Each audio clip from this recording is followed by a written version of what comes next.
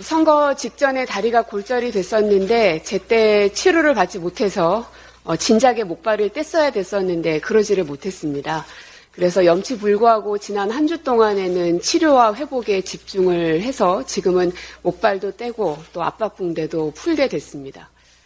제가 굳이 이 말씀을 드리는 이유는 무엇이든지 그 때가 있다는 겁니다. 그 때를 놓치게 되면 쉽게 치료할 수 있는 것도 돌이킬 수 없는 상황까지 치달을 수 있습니다.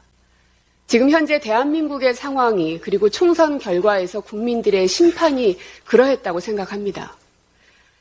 윤석열 정권의 모든 분야에 퍼부어졌던 독주 또 폭력적 행위를 멈추라는 것이 이번 총선에서 나타난 국민들의 민심이었습니다.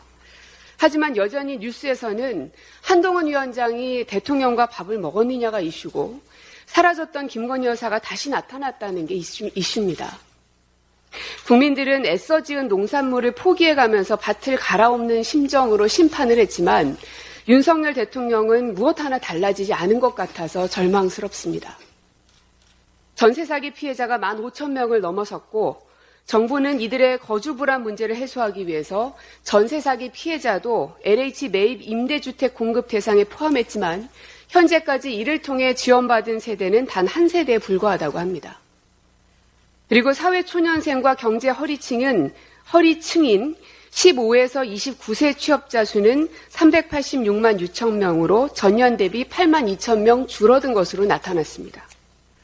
지난해 하반기 임금 근로자 중 9.2%는 월평균 임금이 100만 원 미만으로 벌고 있는 것으로 나타났습니다.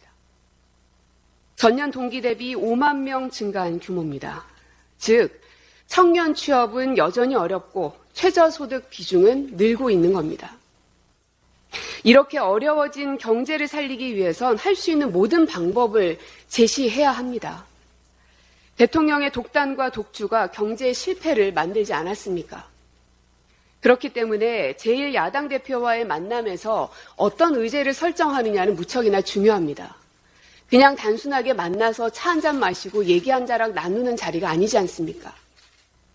대통령이 진심으로 국회와의 대화를 원한다면 전향적인 자세를 보이지 않고선 불통 대통령이라는 오명에서 벗어나기는 어려울 겁니다.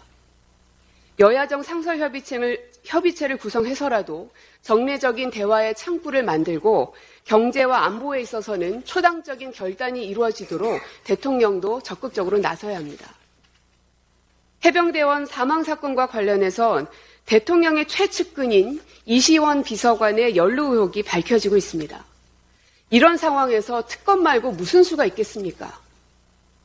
여론에 떠밀려서 하는 게 아니라 이제는 윤석열 대통령이 좀 정정당당해졌으면 좋겠습니다. 그리고 윤 대통령이 대선 공약으로 폐지했었던 민정수석실을 가칭 법률수석실로 바꿔 부활시키는 방안을 검토 중이라는 보도를 봤습니다. 무려 100여 명 규모의 메머드급이라고 합니다. 누가 봐도 김건희 사법 리스크를 방어하기 위한 개인 로펌 역할로밖에는 보여지지가 않습니다. 지금 당장을 위해서라도 이 부속실 설치하고 대통령의 김건희 특검법에 대한 전향적인 자세가 필요합니다. 대통령은 지금의 때를 놓치지 않아야 할 것입니다. 야당을 적으로만 규정하지 말고 대한민국을 살리겠다는 일념으로 지금의 이 마지막 기회를 잡아줄 것을 다시 한번 요청드립니다.